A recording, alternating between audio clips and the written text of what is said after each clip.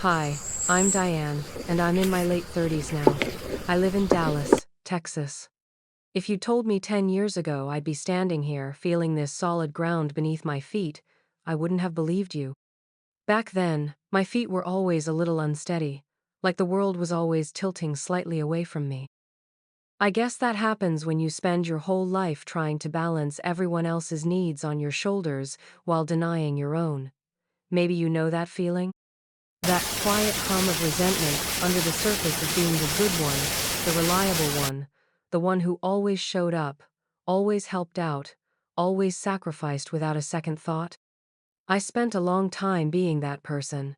It felt like my default setting, programmed in from childhood. Growing up, I quickly learned that my value in my family was tied directly to my usefulness. My mother always had her hands full with my younger sister, Sarah, who was difficult. Loud, demanding, always needing attention, always seeming to get it. I was the quiet one, the easy one, the one who could entertain herself, clean up her own messes, and later do her own laundry, earn her own money, and fix her own problems. While Sarah commanded the spotlight, I faded into the background, a shadow in the corner of our small, cluttered house. I remember one time, I must have been maybe 8 or 9, I scraped my knee really badly falling off my bike. It was gushing blood, and I hobbled inside, crying.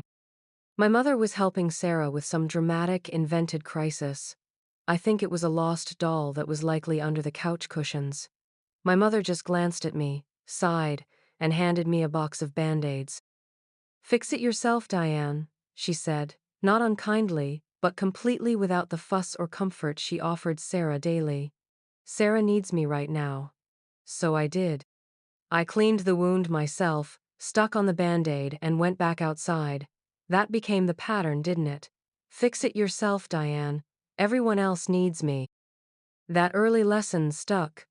I learned not to ask for help, not to make a fuss, not to have needs that might inconvenience someone else, especially not my family. They were too busy, too important, too needy themselves. So, I became self-reliant out of necessity, a necessity they created and reinforced. It was a lonely kind of strength. Let me know in the comments where you're watching from, and if any of this resonates with you. Have you ever felt like the overlooked one? The one who had to raise yourself while others got all the attention? It took me decades to understand that wasn't normal, and it certainly wasn't fair. And it took a specific, sharp shock to finally break free from the pattern. A shock that involved family, property, and the cold, hard reality of a lease agreement. Stick around, because the turning point was painful, messy, and ultimately, the most freeing thing that ever happened to me. My world back then revolved around survival, plain and simple. After high school, college wasn't really an option my family discussed or could help with. Sarah had vague plans that involved needing support and validation, but mine were invisible. So, I got a job, serving tables at a local diner. The hours were long, the pay was decent if you hustled for tips, and the work was honest. It was also largely solitary. While other girls my age were navigating college dorms or first apartments with roommates, I was navigating the rush of the dinner shift, learning to carry 3 plates stacked precariously up my arm, and saving every single dollar I could. Saving became my secret weapon. It wasn't born out of some grand plan initially, just that ingrained need for self-reliance. If I couldn't rely on anyone else, I needed a cushion, a safety net. Every $10 tip, every $20 tip, a portion of my hourly wage, it all went into a separate account. Not the one I used for rent on my tiny studio apartment or for groceries, but a quiet, hidden account. It grew slowly, painfully, tip by tip, shift by shift. While my friends were buying new clothes or going on trips, I was wearing hand-me-downs and staying home, watching that number in my savings account tick upwards. It felt like building a tiny fortress, brick by quiet brick, in a world where I felt perpetually exposed. I never talked about the saving, just like I never talked about the exhaustion, the ache in my feet after a double shift, or the sting of my mother's casual disregard. My mother and Sarah still saw me as the quiet, helpful one, the one who could be counted on for a quick loan when Sarah's car broke down, again, or to pick up groceries because mother was too tired. My money, they seemed to think, was just another resource, like my time or my emotional energy, available for their use. "Diane, honey, Sarah needs new tires," mother would say over the phone, her voice weary.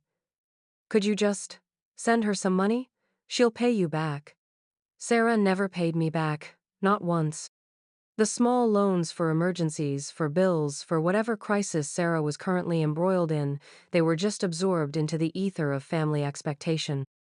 I learned not to ask, because asking made me seem needy, or worse, mean. And I couldn't be mean. That would disrupt the fragile peace, the illusion that we were a loving, supportive family. Meanwhile, my little fortress was growing. I started reading books about personal finance, about investing, about property. It felt like entering a secret world, one where hard work actually compounded, where discipline paid off, where you could build something tangible and secure. It was a stark contrast to the chaotic hand-to-mouth existence my family seemed trapped in, largely by choice and a reliance on others, like me, to bail them out. I bought my first property when I was 25. It was a tiny duplex in a less than fashionable part of Dallas, a fixer-upper that required every cent of my savings and a nerve-wracking loan. I didn't tell my family. What would have been the point? My mother would have worried, not about me, but about the risk reflecting poorly on her. Sarah would have been jealous and demanded help moving or decorating. It was easier, safer, to keep it quiet. I worked evenings at the diner and spent my days off scraping paint, laying flooring, and learning basic plumbing from YouTube videos. It was exhausting, lonely work, but it was mine. When the first tenants moved in, the rent money felt like a miracle. It wasn't much after expenses, but it was income that wasn't directly tied to me trading my time for money. It was the fortress generating its own bricks. I kept saving, kept working, and within a few years, I bought another small property. Then another. Still serving tables, still keeping quiet. My family knew I worked hard, but they assumed it all went towards my modest life and bailing them out. They had no concept of the quiet empire I was building, piece by painstaking piece. My Uncle Frank was my mother's older brother. He'd always been a bit of a character, loud, opinionated, and perpetually down on his luck, which he blamed on everyone but himself. He'd bounced between jobs, gone through a messy divorce, and always seemed to be living just slightly beyond his means. A few years after I bought my third property, a small house that needed significant work, my mother called me. "Diane, honey, Frank needs a place to stay," she said, that familiar tone of weary expectation in her voice. "He's having trouble, finances. Lost his apartment. He just needs somewhere for a bit. Could he rent that little house you bought? He said he heard you bought another place." Panic flared in my chest. This property was supposed to be different. It was my most ambitious project yet, and I had plans to renovate it properly to get a decent return. Having family in one of my properties felt dangerous. It blurred the lines that I desperately needed to keep clear between my private, self-sufficient life and their chaotic, demanding one.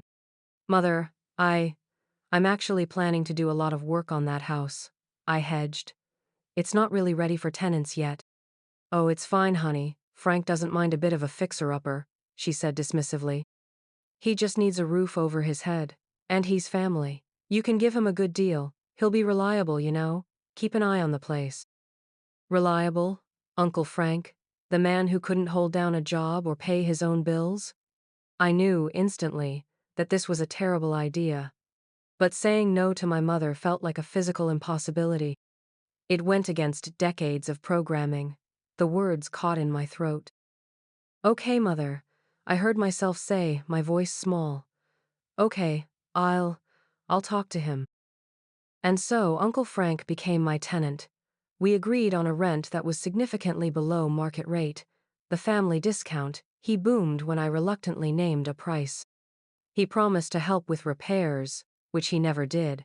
He promised to pay on the first of the month, which he rarely did, often calling with a story about a delayed check or an unexpected expense, requiring me to chase him down or listen to my mother's thinly veiled accusations that I was being heartless. The renovations stalled. The house, my ambitious project, became a source of stress and lost income, another drain in the ecosystem of my family's needs. Life continued in this vein. Serving, managing my other properties quietly, pouring money and energy into the house Uncle Frank occupied while he paid late and complained about minor issues that he expected me to fix instantly. My mother and sister remained oblivious to the scale of my quiet enterprise, or perhaps willfully ignored it. They saw the diner job, saw the fact that I didn't live in a mansion, and assumed I was just getting by, capable enough to be their backup plan, but not truly successful. Sarah got married, and Mother subtly pressured me to contribute significantly to the wedding, which I did, feeling that familiar tug of obligation. I remember sitting in the back row at Sarah's wedding, watching her beam, while my feet ached from a double shift I'd worked to pay for her open bar. Years passed. Uncle Frank settled into the house, treating the below-market rent as a permanent fixture. He made no effort to improve his financial situation, seemingly content to rely on the family discount forever. The lease was a simple, month-to-month agreement, generous on my part, intended to give him flexibility. But flexibility had become stagnation.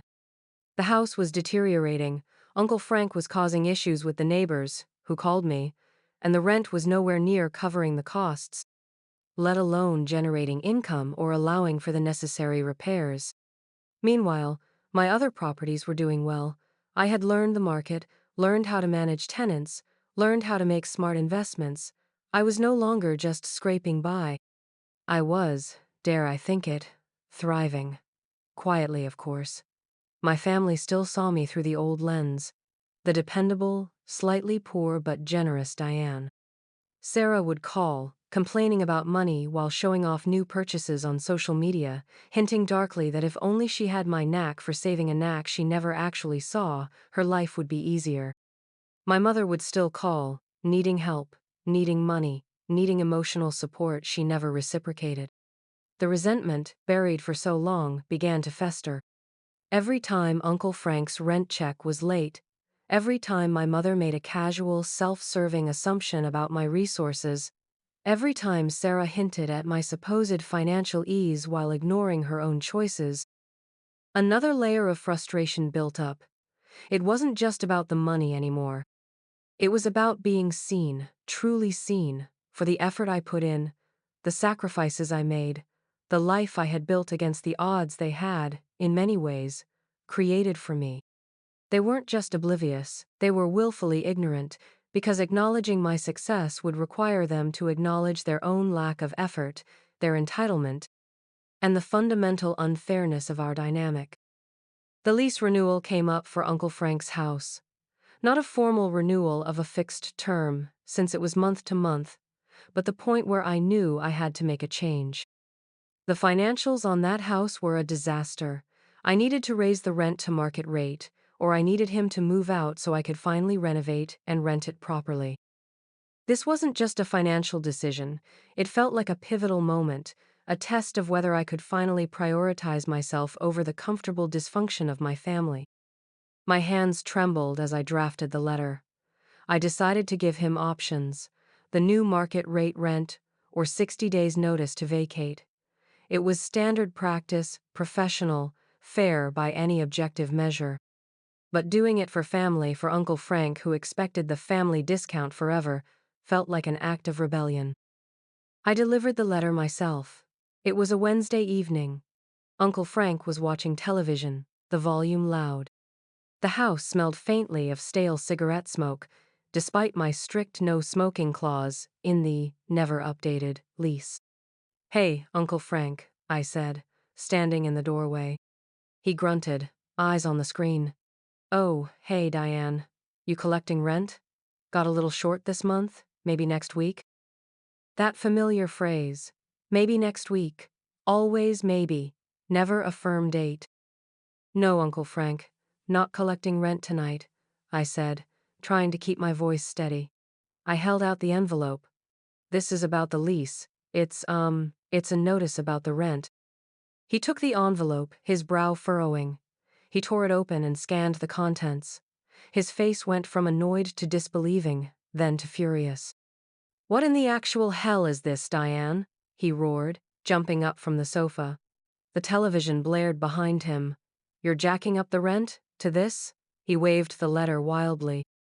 This is more than double what I'm paying. You trying to kick me out? My heart was hammering against my ribs, but a tiny spark of something else ignited too, defiance.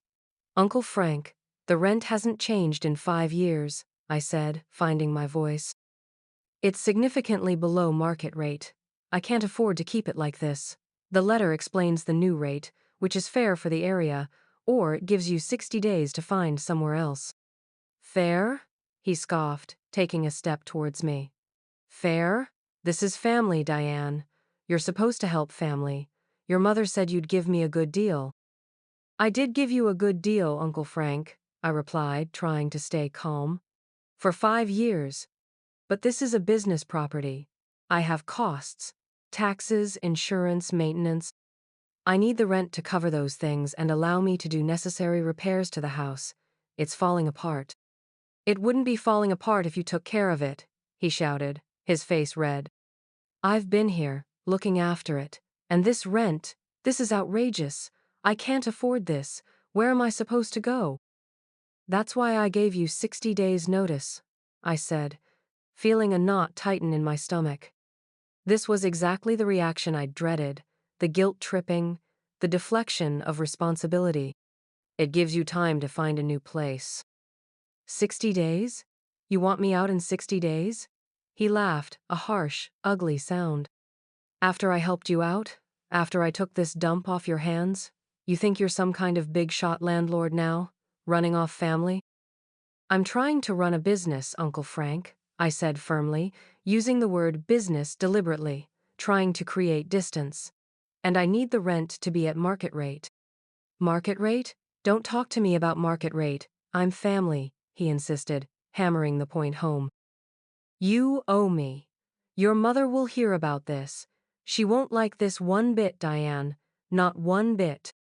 That was the real threat, wasn't it? Not homelessness for him, but disapproval from my mother, the woman whose opinion had for so long dictated my sense of worth. I've already talked to Mother about it. I lied, instinctively deploying an old defense mechanism. It didn't matter. The damage was done. You did? And she's okay with you doing this to me? He sneered, clearly not believing me. I doubt that. You've changed, Diane. You've gotten hard. No, Uncle Frank, I said, finally stepping back towards the door. I haven't gotten hard. I've just finally started taking care of myself. I left before he could respond, his angry shouts echoing in my ears. I got into my car, my hands still shaking, and drove away. The immediate physical threat was gone, but the emotional fallout was just beginning. True to his word, Uncle Frank called my mother immediately. My phone rang non-stop the next day. I ignored his calls, but I couldn't ignore hers. Diane, what is this I hear from Frank? Mother's voice was sharp with accusation, not concern. You're kicking him out? Raising his rent through the roof? How could you? He's family. Mother, I didn't kick him out. I gave him a choice, I explained, the conversation playing out exactly as I had feared. Raise the rent to market rate, or 60 days' notice. The rent on that house hasn't increased in 5 years. It's not sustainable. Not sustainable? You own multiple properties, Diane. Frank says you're rolling in money, she exclaimed, her tone suggesting that any money I had was communal property that should be distributed to family. He's family. He needs a place to live. He relies on that rent. And I rely on the rent from that house to cover its expenses and maintenance, I countered, trying to remain rational. It's a business, Mother. I can't run it at a loss indefinitely just because he's family. A business? She scoffed. This is about family, Diane, not business. Frank's been good to you. He's kept an eye on the place. He hasn't paid rent on time in 3 years, and the house is falling apart because he won't let me do renovations, I stated plainly, cutting through her narrative. He hasn't been good. He's been a tenant who doesn't respect the agreement. How can you say that? To your uncle? Her voice rose. You're so cold, Diane, so unfeeling. This isn't the daughter I raised. We helped you. We supported you. Supported me? The words hit me like a physical blow. They supported me. When? By giving me band-aids and telling me to fix myself? By taking my money for Sarah's emergencies? By ignoring my existence unless they needed something? Supported me, Mother? I repeated, my voice trembling slightly. When did you support me? When I was serving tables 18 hours a day to save every penny? When I was fixing up houses by myself because I couldn't afford to pay anyone? When Sarah needed money and you called me? When Frank needed a place and you volunteered my property? When did you support me? There was a long pause. I could hear her breathing heavily on the other end. That's not fair, Diane, she finally said, her voice tight. We gave you a home. We raised you. What more do you want? I wanted to be seen, I said, the words raw and unexpected. I wanted my work to be valued. I wanted my boundaries to be respected. I wanted to not be treated like a personal ATM and a convenience. Just once. So, this is it then? She snapped, completely ignoring what I'd said. You're choosing money over family? Over your uncle? Over me? That question, that ultimate manipulation, frame any boundary as a rejection of them. It had worked my whole life, but something had shifted inside me in the past few days. The pain of confrontation was immense, but the pain of continuing as things were suddenly felt unbearable. No, Mother, I said, and my voice was clear and steady now. I'm choosing me. For the first time. She hung up. The silence that followed was deafening. The calls and texts escalated. Sarah weighed in, of course, parroting Mother's lines about family and obligation, layering on her own resentment that I apparently had money I wasn't sharing freely. Frank sent increasingly abusive texts. Mother alternated between furious voicemails and passive-aggressive messages about how worried she was about Frank and how I was breaking her heart. I spiraled. The decades of conditioning rose up, whispering that I was a terrible person, selfish, ungrateful. Maybe they were right. Maybe family did trump everything, even my own financial stability, my own well-being. The isolation I'd felt my whole life seemed to intensify. Who was I, without the role of the reliable, sacrificing daughter, niece, sister? I stopped sleeping properly. My stomach was constantly clenched. I went through the motions at the diner, my smile feeling brittle and fake. I checked my phone compulsively, dreading every notification, yet unable to ignore them. The weight of their disapproval, their anger, their manufactured victimhood felt crushing. One particularly bad night, I was sitting alone in my apartment, surrounded by the silence that used to be comforting but now felt vast and empty. I had the rental ledger open, looking at Uncle Frank's overdue payments, looking at the repair estimates for the house. Then I looked at the ledgers for my other properties, the ones they didn't know about, the ones that were thriving, the ones that represented years of my unseen labor and quiet discipline. The contrast was stark. On one side, financial strain, emotional abuse, disrespect. On the other, stability, growth, the fruit of my own labor. And the only thing separating them was my willingness to enforce a simple boundary with my family. I thought about that little girl with the scraped knee, patching herself up because her mother was too busy with Sarah. I thought about all the times I'd paid Sarah's bills, helped Mother, kept my mouth shut. I thought about Uncle Frank calling me hard and unfeeling. And then, a different feeling started to surface. Not despair, but a slow, steady burn of anger. Righteous anger. Anger for that little girl. Anger for the young woman who worked thankless jobs and denied herself everything. Anger for the years I had allowed myself to be diminished and exploited. They hadn't supported me. They had used me. My reliability wasn't cherished. It was taken advantage of. My quiet nature wasn't accepted, it was overlooked. My success wasn't celebrated, it was seen as a resource to be plundered. In that moment, the fear of their disapproval, the lifelong need for their validation, finally began to crumble. It was replaced by a fierce, protective instinct for the person I had fought so hard to become, the person they refused to see. I had built my own fortress, brick by quiet brick. Why was I letting them tear down the gate? The decision solidified. I wasn't just raising the rent or asking Uncle Frank to move out. I was reclaiming myself. I was drawing a line in the sand. This was my life, my work, my value. And it was non-negotiable. I took a deep breath and started blocking numbers. First, Uncle Frank's. Then, after another guilt-laden, manipulative voicemail, my mother's.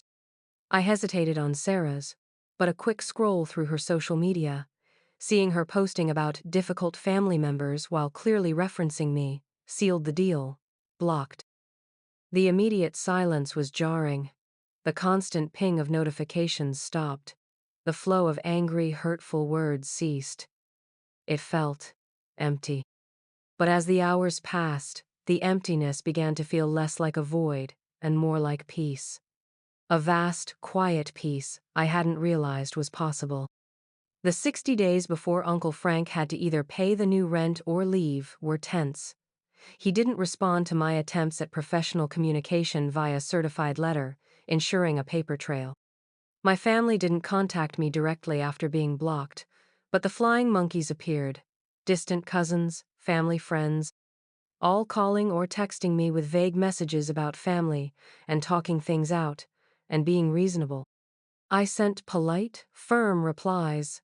My decision was made, it was a business matter, and my communication was now limited. Some persisted, some backed off, clearly uncomfortable being intermediaries in a conflict they didn't fully understand. I focused on my other properties, on my work. I started going for walks, listening to podcasts about boundaries and healing from toxic family dynamics. Everything I heard resonated deeply. I wasn't crazy. I wasn't cold. I was reacting normally to abnormal, unhealthy behavior. The validation from strangers, voices through my earbuds, felt more real and supportive than anything I'd ever received from my family. Uncle Frank didn't pay the new rent. Of course, he didn't. On the 61st day, I began the eviction process. It was unpleasant, stressful, and added another layer of conflict. He fought it naturally, dragging his feet, claiming I was being unfair, trying to use the family angle in court. It didn't work. The judge saw the lease, saw the non-payment, saw the clear legal standing. Uncle Frank was ordered to vacate. He left the house in a state of disrepair that was worse than I had imagined. Small acts of vandalism, intentional damage. It hurt. A petty, final act of lashing out. But even that couldn't pierce the core of calm that had settled within me. It was just more proof, wasn't it? More evidence of the entitlement and lack of respect. I finally got to work on the house. I hired contractors, no longer needing to do everything myself. I made the renovations I had planned years ago. As the dust settled and the house transformed, it felt symbolic of my own transformation. Tearing down the old, damaged structures, building something new, strong and beautiful in its place. Renting that house out at market rate, to tenants who paid on time and respected the property, felt incredibly validating. It wasn't just income, it was confirmation that I hadn't been wrong, I hadn't been unreasonable. I had simply been asking for fair treatment, for respect for my work and my property. The silence from my immediate family continued. It was the longest we had ever gone without contact. There was grief there, certainly. Grief for the family I had wished for, the support system I had longed for but never had. Grief for the years I had spent bending myself into a pretzel to fit their expectations. But the grief was compañeros by a profound sense of relief. The anxiety that had been a constant companion for decades began to dissipate. I slept better. I ate better. I found joy in small things, a quiet morning coffee, a successful negotiation on a new property, a genuine laugh with a colleague at the diner. My identity slowly shifted. I wasn't just the quiet, helpful one anymore. I was Diane, business owner, property manager, woman who stood up for herself. The labels felt earned, etched in the difficult experiences of the past year. I realized that my self-worth wasn't, and never should have been, dependent on their approval. It was built on my own integrity, my hard work, my resilience. I continued to serve tables for a while longer, but the dynamic had changed. It was a job, a means to an end, not the sum total of my identity. I saved differently now, invested differently. My financial goals were about building security and freedom for me, not about being the family safety net. Occasionally, I'd hear snippets through the grapevine. Uncle Frank was living somewhere else, still complaining about me. Mother and Sarah still thought I was terrible, cold, and selfish. It didn't sting the way it used to. Their opinion was their own, a reflection of their inability to see beyond their own needs and entitlement. It had nothing to do with who I actually was. Walking away from my family was the hardest thing I've ever done. It felt counterintuitive to every lesson I'd learned since childhood, but it was also the necessary surgery to save myself. The toxic ties were severed, and while the wound ached for a long time, it eventually healed, leaving behind a strong, resilient scar. My properties aren't just buildings, they are monuments to my resilience. Each key I turn, each lease I sign, is a quiet victory. I built this, all by myself. While they were looking the other way, taking what they thought was theirs, I was building something they couldn't take, something they didn't even know existed until I used it to draw my boundary. I still live in Dallas. I still work hard, but it's a different kind of hard now, driven by purpose, not desperation. I have a small circle of friends, people who see me, support me, and celebrate my successes without expectation. I learned that true connection doesn't require sacrificing yourself. Looking back, I don't regret the hard work, the saving, the quiet dedication. Those things built my independence. My only regret is how long it took me to realize that independence wasn't just financial, it was emotional. It was the freedom to say no, the freedom to prioritize my own well-being, the freedom to define my own worth outside of a toxic family system. My world isn't tilting anymore. It feels steady, grounded.